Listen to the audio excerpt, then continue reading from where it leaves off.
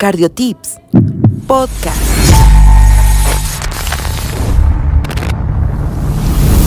Hoy estamos para la comunidad académica y para todos una charla fenomenal. Vamos a hablar de microbioma y salud intestinal. La verdad agradecemos a la Fundación Colombiana del Corazón, a todo el equipo de trabajo que diariamente nos tratan de profundizar e introducir en este tema fascinante. Gracias a la señora que en este momento nos va a charlar. Es una persona que considero una amiga de la casa, una persona que sabe enormemente del tema, nutricionista, dietista, amiga de la Fundación Colombiana del Corazón y también adicionalmente de nuestra unidad. De verdad le agradecemos enormemente el haber aceptado la invitación. Admiro mucho su trabajo y en Tunja, en Boyacá, en la Sociedad Colombiana de Cardiología, en la seccional central, siempre las puertas abiertas. Doctora Leani, el escenario es todo suyo y muchísimas gracias. Bueno, qué presentación tan linda. Me siento muy halagada. Yo siento que todas las personas que están allá en Tunja son muy valiosas para la fundación y gracias por tener los oídos abiertos y prestos pues, a esta temática. Sé que de pronto el tema nutricional o el tema gastrointestinal es un tema un poco ajeno al tema cardiovascular, pero realmente incide más de lo que pensamos y es importante también vigilarlo y consultarlo a la hora de manejar pues, como las diferentes patologías porque es una barrera de acceso y de conexión con otros sistemas. Entonces, para dar inicio, les cuento que hoy vamos a hablar pues como tal de microbiota intestinal. La diferencia entre la microbiota y la microbioma es que esta que vamos a hablar hoy es puntualmente a nivel intestinal, sin embargo, el microbioma hace referencia pues como toda esa comunidad de microorganismos, pero también a esas sustancias que esos microorganismos expulsan o esos metabolitos que producen y pueden estar pues como inmersos en otras partes además del intestino. Hoy nos centramos en la microbiota intestinal. Entonces, mi nombre es Leani Blandón, yo soy nutricionista dietista, como dijo el doctor, y trabajo en la Fundación Colombiana del Corazón, institución que amo completamente.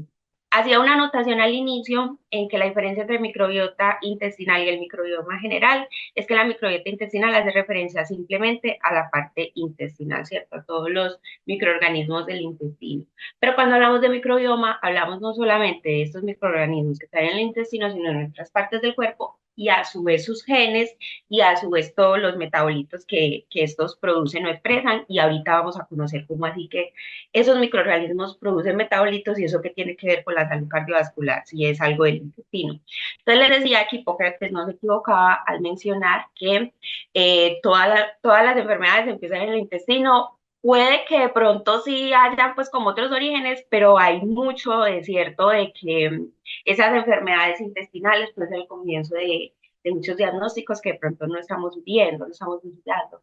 Pero lo que sí tengo la certeza de que esta afirmación que nos hace y esta invitación que nos dice en cuanto a que si un alimento puede ser la causa de una enfermedad crónica, que es lo que estamos viendo con el tema de los alimentos y productos ultraprocesados, también puede ser la cura de una enfermedad muy poderosa, ¿cierto? La cura más poderosa para estas enfermedades, a través de los alimentos podemos generar cardioprotección y también a través de los alimentos podemos generar la incidencia de expresión genética y a través de los alimentos también podemos manejar y tratar diferentes enfermedades y recuperaciones o rehabilitaciones en procesos de rehabilitación cardiovascular. Entonces yo hoy les quiero contar que sigo buscando y nunca lo encuentro. Cuando uno busca en el MESH el tema o la palabra o el concepto de salud cardiovascular, se da con la sorpresa de que no está, o sea, no aparece como tal el operador boreano y yo creo que es porque estamos pensando la salud como ausencia de enfermedad y normalmente estudiamos la enfermedad cardiovascular y realmente si trabajamos desde la salud podríamos llegar a prevenir ese concepto de enfermedad, ¿cierto? Entonces, ya al buscar diferentes, pues como artículos que tengan en su título en su temática, el tema de salud cardiovascular y microbiota, los resultados son muy escasos. Y mucho más si uno se va a la búsqueda de metaanálisis o de estudios multicéntricos, los resultados son casi que nulos. Entonces es como si el mundo pensara en sintonía de enfermedad y no de salud. Muy bien, ya con esta introducción yo quisiera decirles que la microbiota intestinal no es solamente lo que habita en el intestino, ¿sí? Hay muchos factores que afectan en esa calidad y en esa relación con las enfermedades cardiovasculares. Hablamos de microbiota intestinal o de modificación o de creación o de constitución desde los hábitos alimenticios. Entonces, no solamente qué come uno, sino qué comió la mamá de uno. Desde antes de nacer, esa microbiota se está formando, ¿cierto? Ya en el tema medioambiental, por donde nacimos, si nacimos por el tracto vaginal o por cesárea, eso va a cambiar nuestra respuesta inmunológica a las enfermedades. Obviamente va a ser mejor por tracto vaginal. Y en sí hay muchas acciones en la cotidianidad, en los estilos de vida que van a incidir en cómo está esa salud de esa microbiota, en cómo está esa respuesta a las diferentes enfermedades, en cómo está la salud de esa membrana intestinal. Les quiero contar que aparte del tema de la automedicación con los antibióticos y de todas las variables clínicas que esto puedan tener, a nivel de la microbiota también tienen afectaciones en cuanto a el mantenimiento de las bacterias protectoras, pero también en cuanto a la exposición de la alteración de la membrana intestinal. Entonces, no solamente no te automediques por el tema de la eficacia del medicamento, por el tema de cómo lo estamos haciendo, sino también porque eso te va a traer alteraciones en la microbiota y se van a expresar diferentes metabolitos que te pueden dañar tu salud. ¿Qué estamos comiendo para protegerla? El consumo de probióticos y de prebióticos y cómo ha sido tratada esta microbiota después de exposiciones a infecciones. Entonces, el tema de la microbiota tiene incidencia en la aparición de enfermedades crónicas, pero también en la aparición de alergias, en la aparición de la obesidad, y ahorita les cuento por qué, y inclusive en temas neurológicos como la depresión. Entonces, acá les voy a mostrar de una forma gráfica. Este es una membrana intestinal saludable, ¿cierto? Entonces acá están los entreditos. Esa membrana intestinal no está permeable a diferencia de esta, ¿cierto? Entonces hay una adecuada barrera intestinal, un adecuado sistema inmunológico, una adecuada respuesta de las células T, macrófagos, y no hay inflamación ni translocación bacteriana. Este es el ejemplo, en esta partecita acá, de una microbiota que tiene una permeabilidad intestinal alta, que tiene traspaso de toxinas o de células TOR, entonces por ende vamos a tener citoquinas proinflamatorias, esa barrera tiene una disrupción y por ende va a producir edema, isquemia y daños como tal endoteliales. Esta inflamación me puede producir enfermedad cardiovascular y diabetes al tener alteraciones en el metabolismo de los lípidos, porque cuando normalmente esta inflamación se da, viene acompañada de ciertas bacterias o de ciertos metabolitos como el TMAO o el trimetilamonio, eh, que suelen elevar los triglicéridos, el colesterol, el LDL y disminuir el HDL y disminución de ciertas bacterias que sí son cardioprotectoras o que influyen en el metabolito de estos ácidos grasos y en el metabolito del colesterol. En el caso de la diabetes, estas alteraciones como tal de la barrera y estas translocaciones de la toxina va a tener influencia en la resistencia a la insulina, en el efecto adverso de ciertos metabolitos y en la inhibición en la producción de la insulina. Entonces ustedes dirán, Lea, pero si es el intestino, sí, es el intestino. Pero estos metabolitos que salen de estas bacterias del intestino tienen incidencia en otros órganos actuando como un órgano endocrino. Entonces son capaces de producir alteraciones en cómo se da el proceso de síntesis de energía mediado de ácidos grasos, en la remodelación vascular, la secreción de sustancias que inhiben o estimulan el tema del apetito y la saciedad. Normalmente cuando la barrera está alterada o cuando hay más enzimas o más bacterias que promueven de pronto la supresión de la grelina de la leptina, perdón, y el aumento de la grelina, entonces vamos a sentir más hambre. Entonces, por eso influye bastante y no solamente es como, ay, sí, se me inflamó la membrana intestinal, no. Se me inflamó la membrana intestinal, hay mayor permeabilidad, hay mayor secreción de diferentes metabolitos y eso me va a incidir en hormonas que de alguna forma u otra me van a alterar la saciedad, me van a alterar la irritabilidad, me van a alterar el metabolismo del colesterol, la producción de toxinas como la trimetilamina, la producción de ácidos grasos de cadena media, como el acetato, butirato y propionato, que me regula pues como las células T y el sistema inmunológico. En fin, es una cascada. Entonces, por ejemplo, no solamente es la inflamación de la microbiota, sino también las alteraciones como tal, los metabolitos que produce y por ende también como unas alteraciones en las acciones como tal de estos procesos metabólicos. Y esto aplica específicamente la presencia de la aterosclerosis, específicamente con unos cambios cuando hay presencia de hipertensión, específicamente cuando hay falla cardíaca, en obesidad y en enfermedades hepáticas. Entonces, impresionante lo que puede llegar a ser el intestino en otros órganos. También se ha utilizado o se ha estudiado no solamente para mirar cómo se comporta en los procesos de enfermedad, sino también para mirar cómo podemos generar protección a través de sí mismo. Entonces se ha manejado para el tratamiento de la obesidad, para las enfermedades cardiovasculares, para las enfermedades renales, para la inmunomodulación con probióticos, en el tema del ejercicio, cómo eso se ve influenciado en la resistencia a la insulina. Y hoy les voy a contar un ejemplo.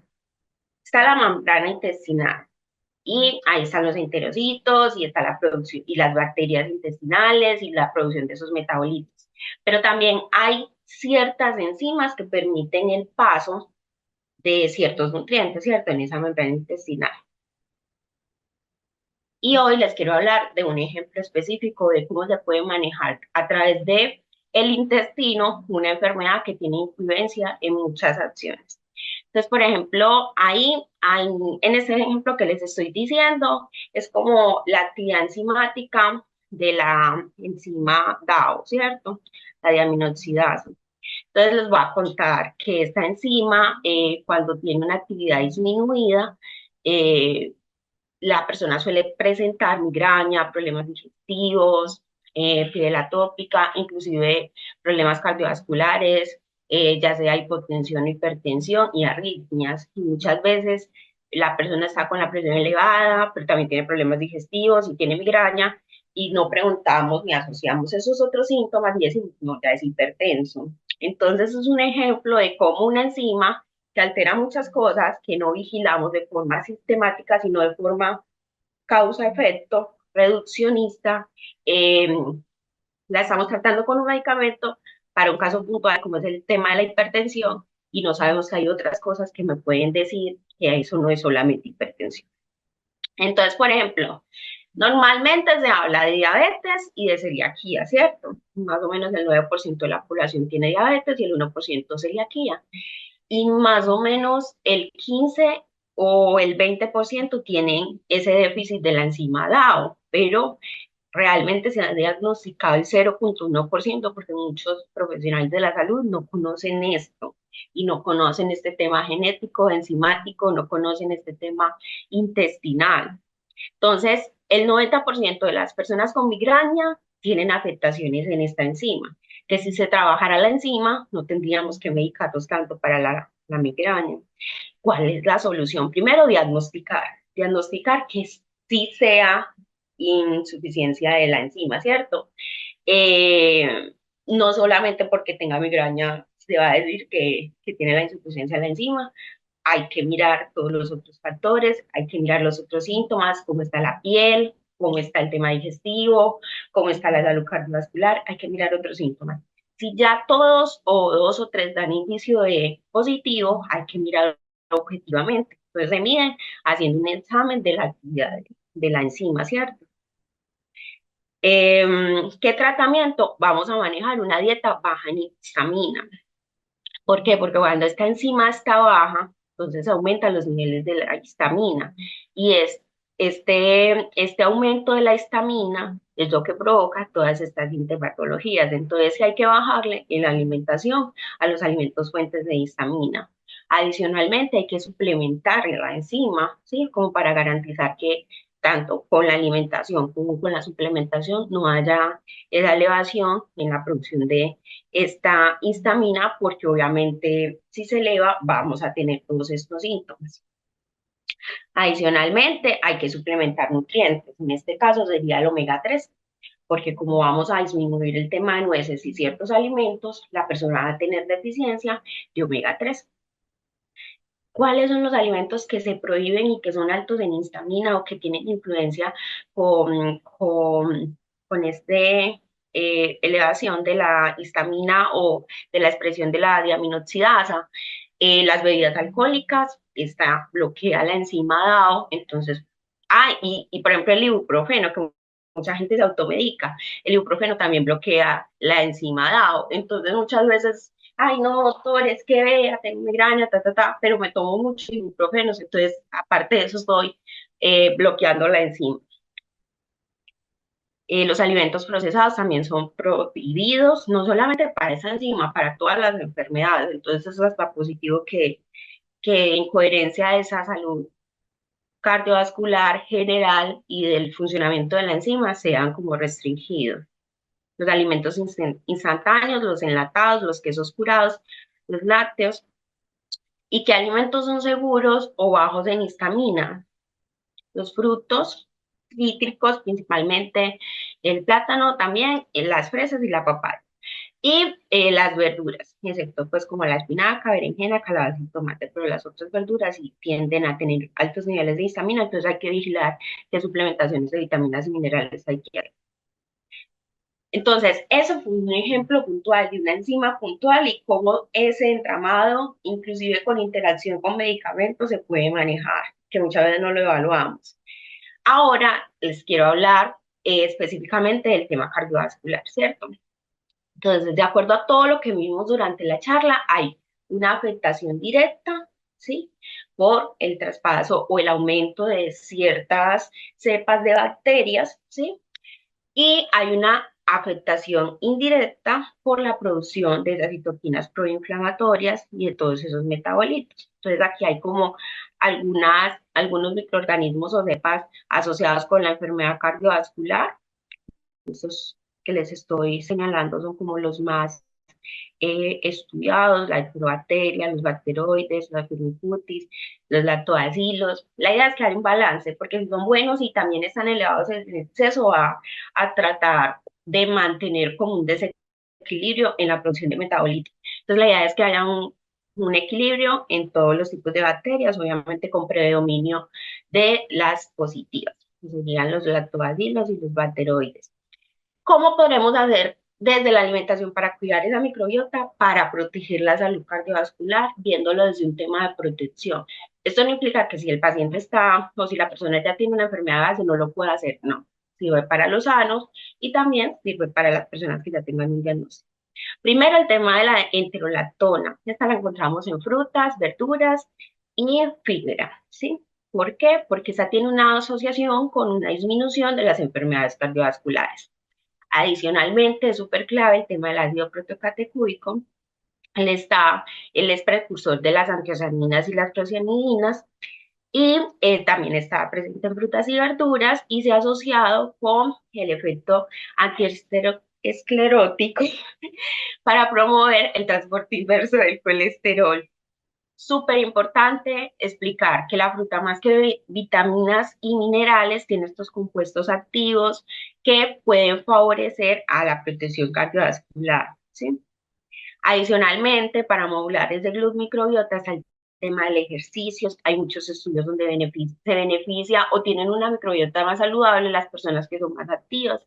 Entonces, no solamente el ejercicio para el tema corporal, el peso, la estética, sino también para esta salud intestinal.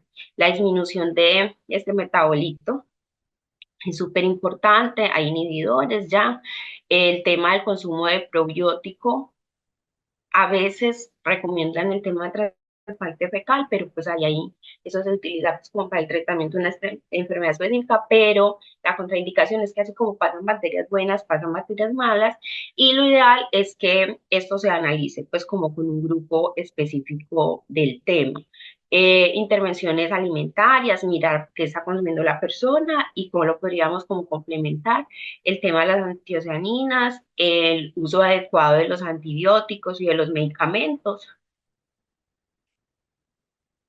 Y finalmente, les quería contar que de acuerdo a lo que les he mencionado durante la charla, se podría inferir que si existe una fuerte asociación en esa disfunción de esa barrera intestinal, no solamente la barrera, también de los metabolitos que ellas producen, que estos microorganismos producen o que ahí se producen, y del adecuado funcionamiento de las enzimas en sí. ¿Es posible revertir la floración? Yo creo que epigenéticamente se pueden hacer muchas transformaciones. El hecho de que usted no haya nacido con el tracto vaginal no quiere decir que esté condenado a tener una microbiota pobre, sino que a través de su alimentación y de su ejercicio y de todas las cotidianidades donde se envuelva, puede fortalecer esa microbiota intestinal. Existen intervenciones dietéticas donde podríamos modular esa flora. Estaría el tema del consumo de prebióticos, probióticos, normalmente están en los yogures, en el kefir, el Regeneris también tiene probióticos y prebióticos, pueden hacer chucrut, entonces ahí tendrían un alimento simbiótico que es como el repollo fermentado que uno hace. Yo le paso la receta con Ponta, con el doctor. Eh, porque es un simbiótico, porque tiene los microorganismos, o sea, los probióticos, y tiene su sustrato.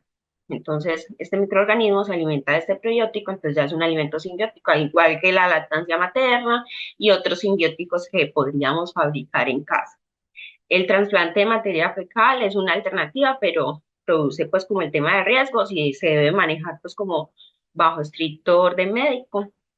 El uso de antibióticos puede ser una alternativa para mejorar la flora cuando hay más cepas eh, malignas o que tienen mayor predominio cuando están las presencias de las enfermedades, como lo veíamos en el cuadrito, pero es necesario todavía investigar las dosis, entonces no es una opción como todavía válida, ¿cierto? Los inhibidores de la TMA aliasa, que es como la precursor del TMAO, también puede ser una opción, pero al igual que esta, pues no es tan comercial, pero pues es a lo que apunta las nuevas generaciones. Entonces recordemos que no solamente es un intestino que está inmerso en una cotidianidad, que todo lo que hagamos en el día a día va a afectarlo y que su afectación es una barrera de ingreso a enfermedades, microorganismos, procesos inflamatorios, producción de metabolitos, que de alguna forma u otra van a proteger mi salud general, pero también mi salud cardiovascular. Ay, esto se me puso grande.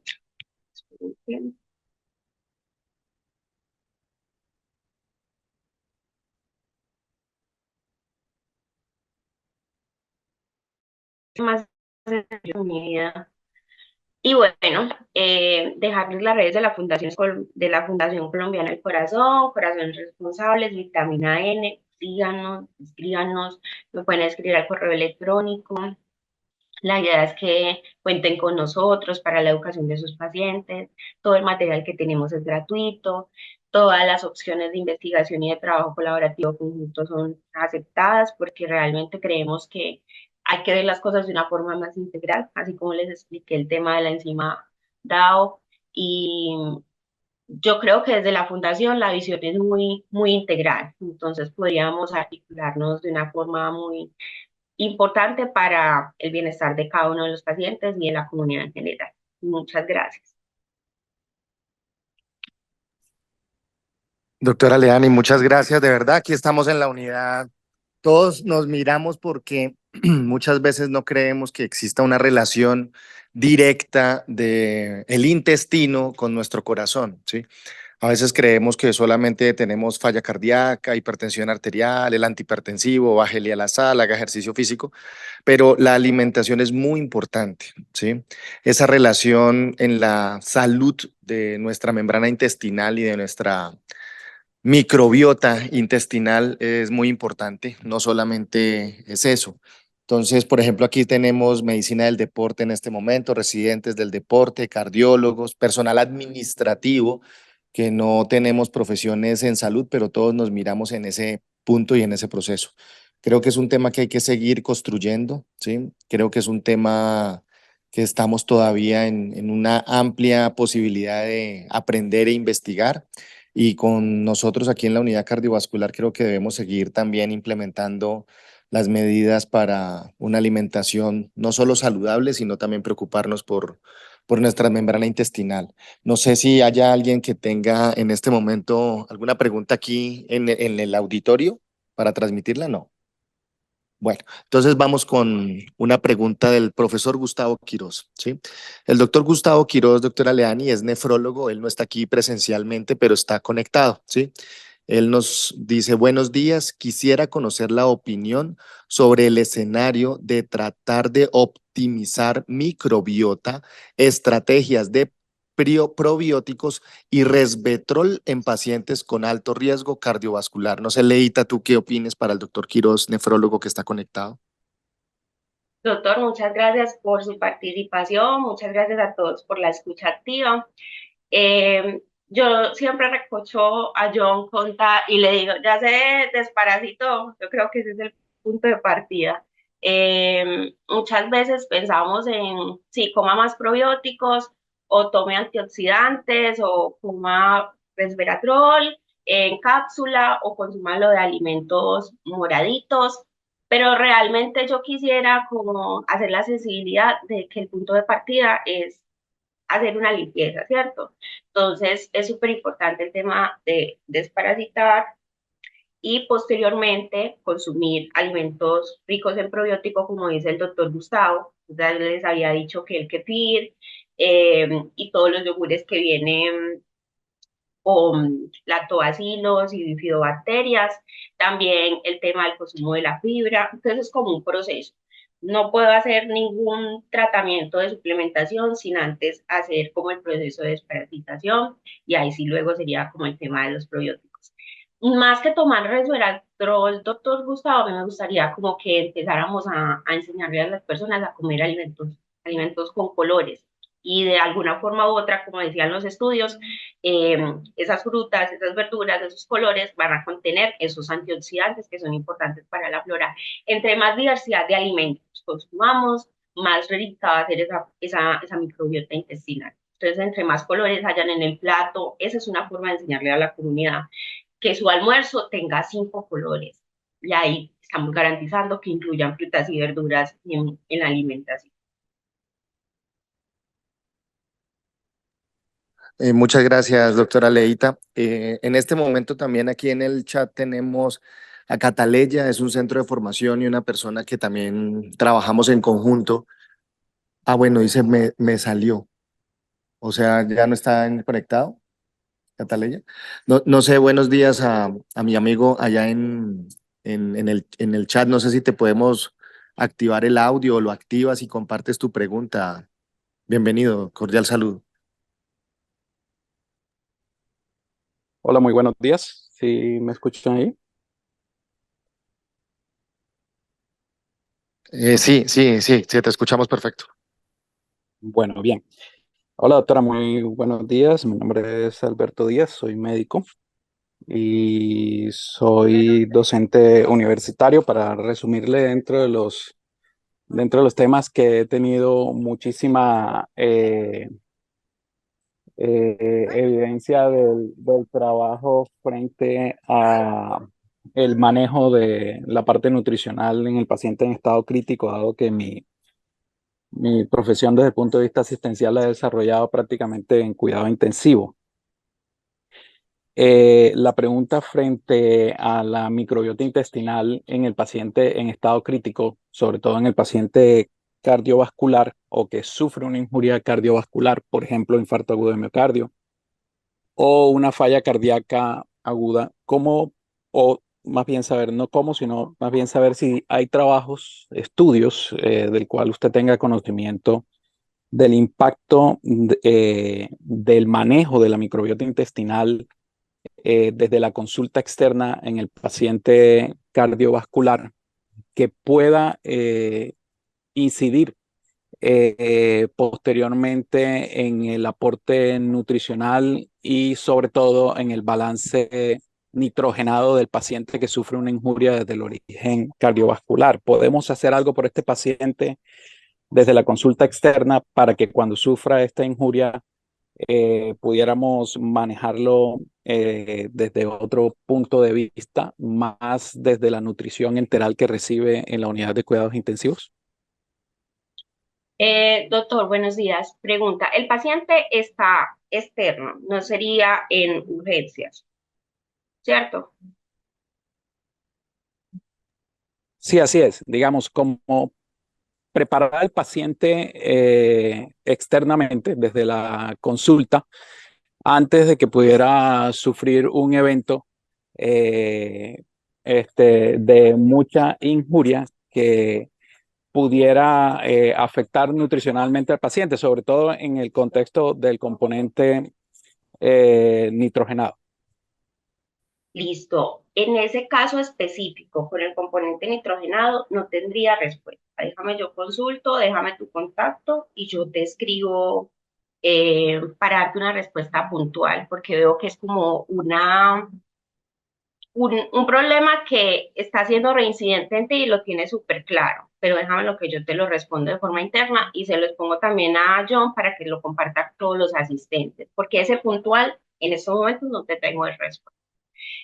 Yo creo que de forma general, en los pacientes críticos y crónicos, normalmente no se evalúa como esa salud intestinal. Entonces está de pronto en una fase aguda, en urgencias, y no, tiene diarrea, entonces nada bioral, y no se mira las posibilidades del manejo de la diarrea o del cuadro diarreico desde el uso de probióticos y prebióticos, y ese nada bioral tiene pues como consecuencia en el gasto calórico y energético que tiene pues como en urgencia, depresión de masa muscular y eso pues a su vez ya sabemos todas las implicaciones que tiene, ¿cierto?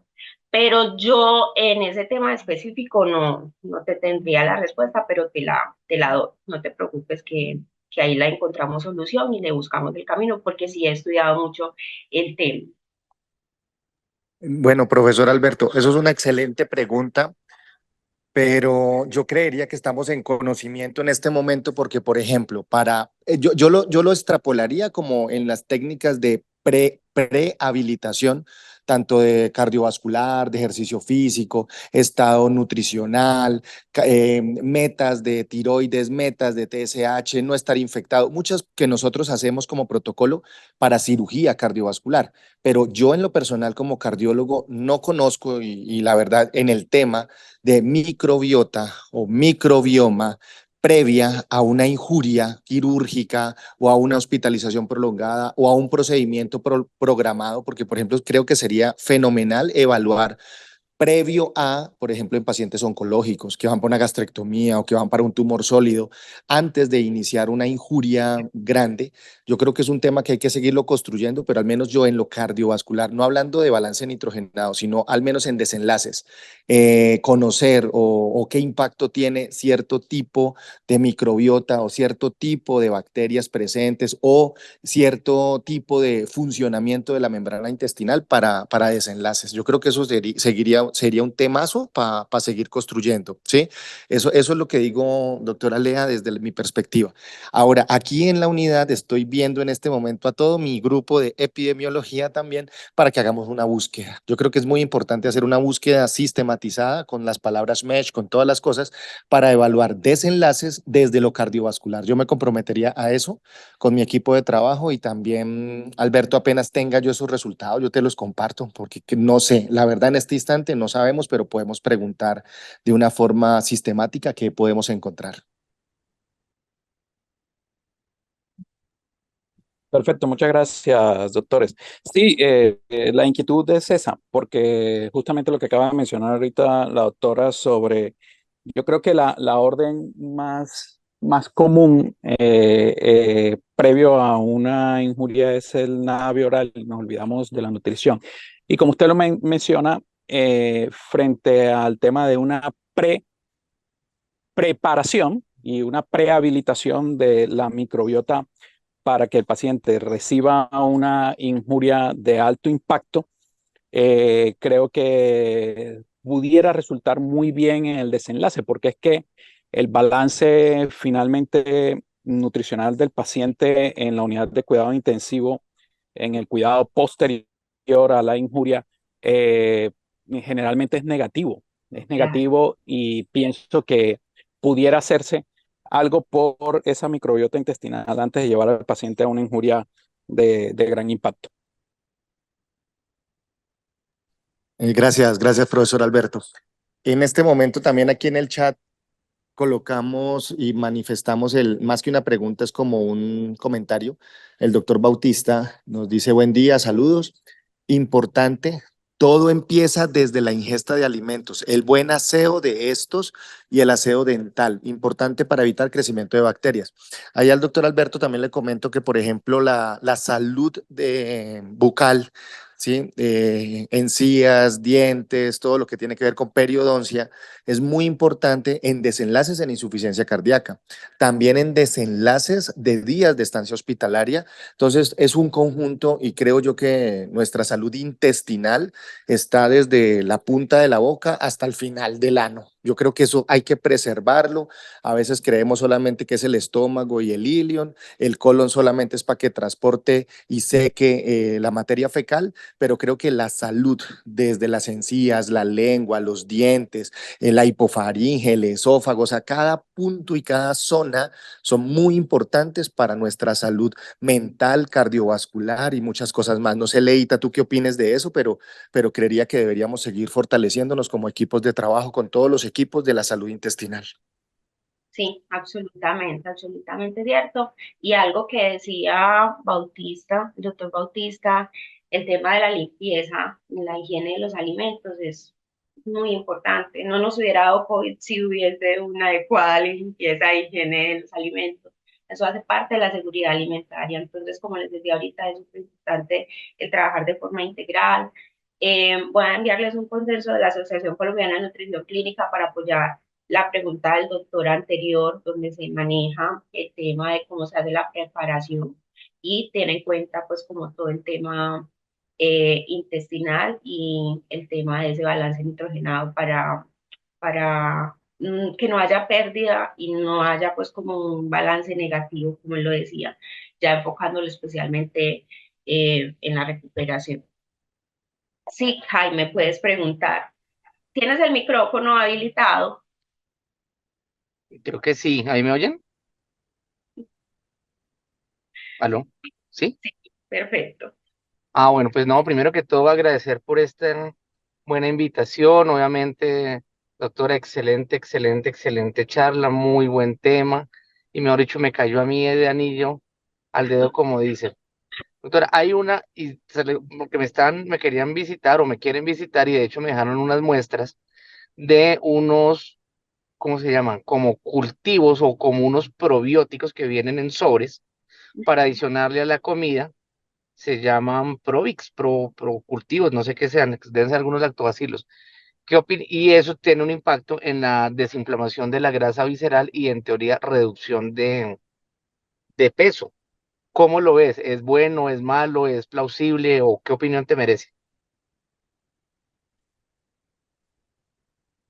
A nivel intestinal, se puede hacer inmunomodulación o inhibición de la absorción de grasa. O sea, es posible que sí funcione. Es posible porque si lo sacaron al mercado es porque tienen los estudios clínicos para garantizar que va a haber una inhibición en la absorción de grasas y de alguna forma u otra va a reducir, pues como tal, la absorción de la misma y va a tener incidencia en el peso corporal.